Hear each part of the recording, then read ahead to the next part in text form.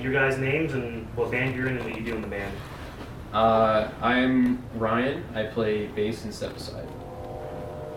Joshua, I sing in Step Aside. David, You I sing? play guitar and Step I Aside. sing. Always gonna be on. I'm Riley. I play drums and Step Aside. Awesome. Alright, so how did Step Aside get started and where did you get the name from? I moved to Arizona and I wanted to start a band because there wasn't really anything like youth crew-ish out there yet. So I hit up this guy and he promised me to do it like for 6 months. Never happened. So I was like, yo dude, you want to do something or not? And it just fell together pretty much. The name? What? I don't remember where we got the name from. We were just messing around with names. It was supposed It was to gonna be There was- Step Down. Yeah. it was gonna be Step Down. There was a moment of clarity. I remember when you yeah, guys picked it was out. definitely at Los Alzones. We had a moment of clarity. We almost went with Vice, and then we found out there was.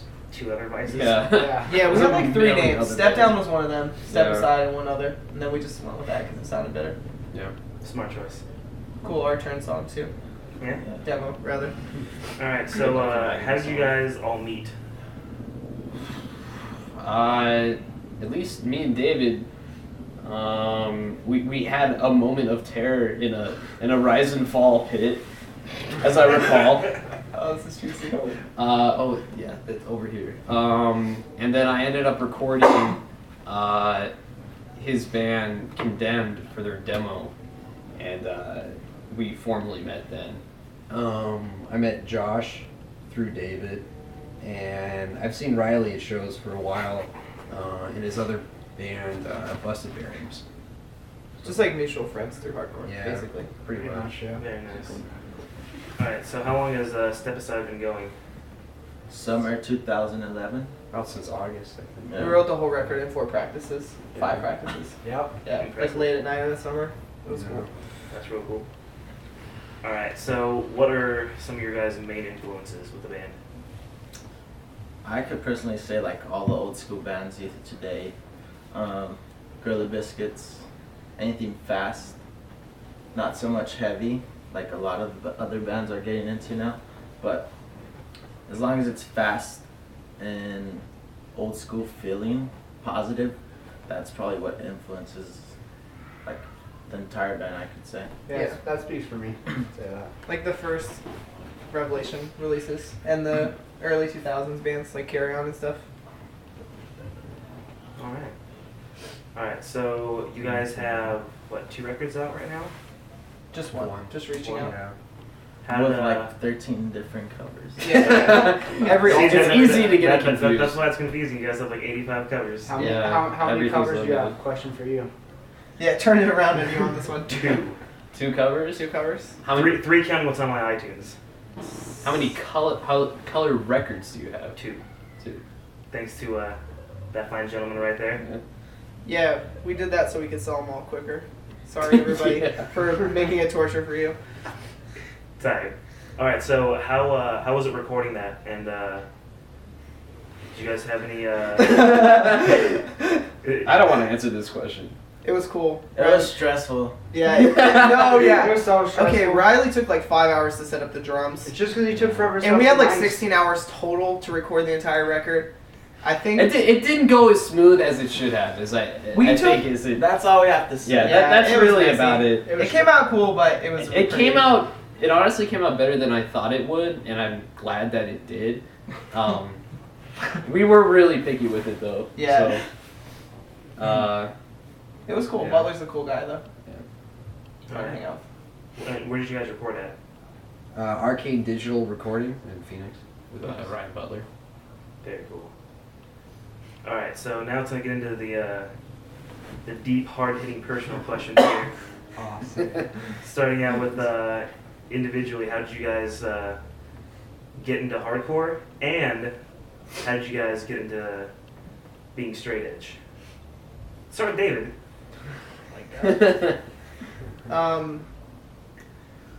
Yeah, I was into bands like AFI and like Misfits. That's not funny, that's tight. Yeah, those bands are cool. Disappointing. And I don't know, I just started going to shows from there. Not really through like punk bands, but like I guess like heavier hardcore bands like the Face Down bands and bands that were popular in like the 2006 era. Yeah, and then just from there, just see people wearing shirts of bands I liked, or read like record inserts and hear more bands from there. As far as straight edge, like I don't know, I drank a little bit when I was younger, and it's just never right for me. So a lot of my friends were straight edge, and I was just drawn to that right off the bat. Yeah. Tight. Josh, Oh, what up? I'm going with you now. I've always been into punk rock, like since elementary school because of my brothers. Tight. I still own the first Sick of It All like tape I've ever had, Blood, Sweat, No Tears. So that says a lot. I respect that. Yeah. So I just elementary school. My friends' brothers were in bands. I don't know. It just was super easy to get into it. As far as straight edge, like I don't know, and I could speak for everybody else, even everybody else in the room. Like people have people in their lives that you could reflect off of, and a lot of those people in my life were drinking or smoking, ruining their lives doing that stuff, and it's just something I didn't want to do. And I found straight edge was I don't want to say a scapegoat from that, to have somewhere to belong other than like just being like, oh, I just don't drink. But I don't know. Yeah, it's real deep. I don't mess around. Go. You know me? We'll go with you. Alright. And me? Yeah, Hello, Riley. Like Josh was saying, I was into punk rock when I was younger, like starting like. I like how you say when you're younger and you're 17. Well, Yeah, right? So Half when- my when- age. When you say when I was younger, what 2 the fuck years does that even ago, mean? when I was younger. I mean 8th grade. 8th grade. All right, I sorry. started, So like 2 That makes years more ago. sense. I started going to punk shows in Tucson. Like I'm at, like in like 2007 and 8. There's like pretty a big punk scene in Tucson that kind of died out now, and there's just like hardcore kids left. But I started with that, and then just like started discovering bands like just from hearing about it in Tucson and friends and whatnot. So that's how I got into it. And straight edge was just like I was wild when I was wild, dude. He was wild when he was younger. Yo, confession. 2 years ago. Number 2. Yo, like 6 months ago, that shit was crazy. No, I've been straight edge for 2 years, and I'll say like before that though, I was going crazy, and I just thought I was in a bad place, so you know I got myself out and go with straight edge. Just say that. Tight. I respect that. Okay. All right, Crusty McFlannel. I really How need to crusty finish is that flannel? It's dude? It's been a hell of a weekend. I feel like you're gonna just like bust out in some like doom sludge hardcore right now. Like I was in a Doom Sludge band for a while that never played any shows. We had like a 7-song set that was like an hour long. It was sick. But anyways, as far as getting into hardcore goes, I grew up getting more into metal, but I took music theory my first year of high school, and literally the first week, one of the kids that was taking it invited me to go to a show at a local venue we used to have called the Living Room, and that was really sort of like my first introduction, I guess, to the really small show environment. I loved it. It was awesome. The band was called Tay and More, and they were influenced a lot by At the Gates and early like embodiment stuff. So I ended up going to shows there more, and eventually volunteering and doing sound there. As far as David hates it. they're just laughing. This is Yeah. some real messed up. This is serious. Yeah, this is serious. Straight edge. Yeah, I grew up having friends and a good handful of people I really cared about really go down the drain. I had a few friends that died, overdosed in high school. Got attached to people with very abusive, like alcoholic parents and what have you, and it just kind of got to the point where I never wanted to see myself end up that way. And I guess the more involved, I got with my political explorations, I found that abstaining from alcohol, and drugs was another way to, I guess, fuel my anti-consumer stance. I guess by not supporting big tobacco and what have you, having a more awake mind, being aware of my surroundings. Yeah. I'm back to So ready for sleep. that seriously went from laughing to like, Yeah. That was real. Got real at the end. Like a real. Yeah, as being what I like to consider an activist, I'd like to be very aware of my surroundings and be critical and skeptical of everything that's going on. And I think abstaining from alcohol and drugs has helped me have a clear mind when it comes to that. Good stuff. All right, so go around and tell me each of your guys like first show that you ever went to, knowing you're going to a hardcore show. Oof. David, let's start with you. Interesting. I don't know if it counts as hardcore. Yeah, it's hardcore. I think it was Bleeding Through, Premonitions of War, Walls of Jericho, and some other bands in San Damn, what's Diego. up, Trustkill At the Records Epicenter. 2005? Yeah, Right. San Diego. Damn. And it got shut down because some dude busted the water pipe and flooded the whole venue. So I guess that doesn't really count, but that was like the first show I attempted to go Oh, to. that counts. Yeah, it was cool. Barrier Dead played too. Oh, just throwing that out Real there. all-star lineup. Seriously. All right, go. Maniacs? All right. Yeah. So do punk rock shows count? Yes. Okay. Well, there's this band in Tucson called The Ticks. And, Oh, yes. Yeah, dude. Yeah. That was my first show, dude. Hell yeah. Like 2007, like early 2007, Ticks, big circle pit, a lot of kids, it was tight. Side. Josh. Can you remember Uh, your first hardcore show? That was a long Chain of time Strength. Right? It was probably like SSD or something. Yeah, Mine was yeah, that. their first show. So what was That's it not like to get Underground Madball's for first sure. show, Josh?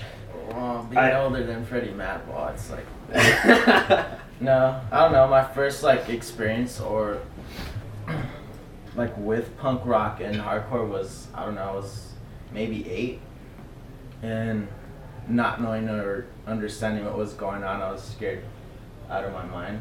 So I was like, what am I doing here? Yeah. But I honestly don't remember what bands were playing. A lot of them were local, but that was my first experience. I can't remember the bands, but Nice. I think I mentioned this to you earlier. I'm pretty sure that the first hardcore show that like I knew it was going to be a hardcore show was Throwdown with the Agony Scene. The show happened like 18 times in Tucson. Dude, right? Were you there? Yeah.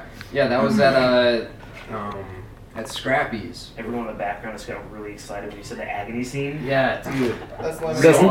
That's not what I was excited about. Real up, don't lie. I'm a diehard Haymaker fan. I love that CD still.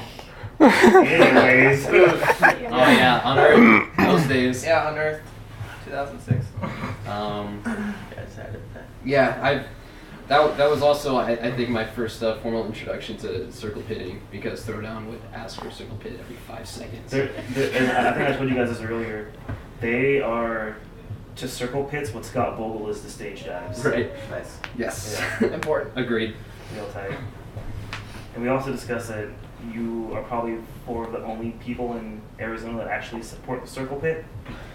You love the circle Well, pit. I mean, Yeah, especially this punk over here. After the punk scene died out, the circle pit died out, and it Dude, sucks. I was I'm just there bummed. like a few So months, bummed. several months ago for Within These Walls, and those kids couldn't run in a circle to save their lives. Seriously. It's sad, dude. It is. Arizona's much more of a crowd mosh. Yeah. Yeah, Circle but pit it's, is underappreciated. it's really weak crowd mosh. Like, it was really funny. Like, they went like they're gonna go You super got hard on me. people and then just like pull back and just No, but people have told us that we're bringing back the circle pit, so that makes me Have happy. they? Yeah. Who said that? Step aside. Did and you bring it say back. that? No, AP Magazine said we're bringing back Dude, some kid commented on one of our posts, he's like, on the video, he's like, I like that. You guys are bringing back the circle pit. So would you guys like to just stay on video right now that you're single-handedly responsible for the rebirth of the circle pit in Arizona? That's a lot to take credit for. I don't know. I- Maybe. I'm sure. I'd say so. Yeah, Yo, pound Riley- it. maybe. I don't Ri- know. Yo, No, pound that's it. not a circle I'm pit. proud. dude. Oh, you told us nothing Let me negative. tell you That was a thing or terrible. two about a circle pit. Yeah. Young gun. Back in '88. No, being from California, that is not a circle pit. Fair enough. Fair enough. All right. So, do you guys have any anything coming up? Like any tours, any records coming out, recording? We're writing new music for a new 7-inch later this year, probably on Life to Live Records again. Tight. It's real heavy. I heard a song tonight. Yeah, we have a bunch of music written, but like we're thinking of doing like 6 songs, recording it in like July. We're probably going to be doing some dates in California with Truth Inside and Losing It in June. Yeah, we don't really have anything else planned out after that. Just trying to play as many shows as we can, work on the new record. Playing in Tucson, house show with the Breaking Ground from Washington. Yeah, they're cool. Check them out. All right. Well, do you guys have any shout outs, thank yous you want to throw in My that favorite end? part. I'm gonna go crazy. So go ahead. You got it, dude. Everybody that supported us, my family, friends, Arizona for being so accepting of a stranger like me. No. Damn, dude. And these nerds. Thanks to Dan from Life to Live Records. Yeah. Marlon for putting our tape out. Kind of. Thank you for doing this Yeah. interview and letting us crash here. Exactly. This is amazing. Everybody who hooks us up with shows. Aaron Yeah. Peters. Everybody from Mesa. Everybody from Tucson. Cold cuts. Cold Cuts merch. Cold Cuts for printing quality merch. I'm gonna butcher I his back name. that. Michael Walraith, because he's cool. Yeah. Like Glue Records, Iron Mind Crew Records. All those dudes. All the cool new bands. All right. Well, can you guys give me a nice loud You're Watching Hardcore Collective? Together. Together. Yeah, like all a verse. listen. On 3. 1, 2, 3. You're watching, You're watching Hardcore Collective. That wasn't very loud. No, We can do better than Let me that. do it again. You want to do it again? 2, 3. You're watching Hardcore Collective. Tight. That was Alright.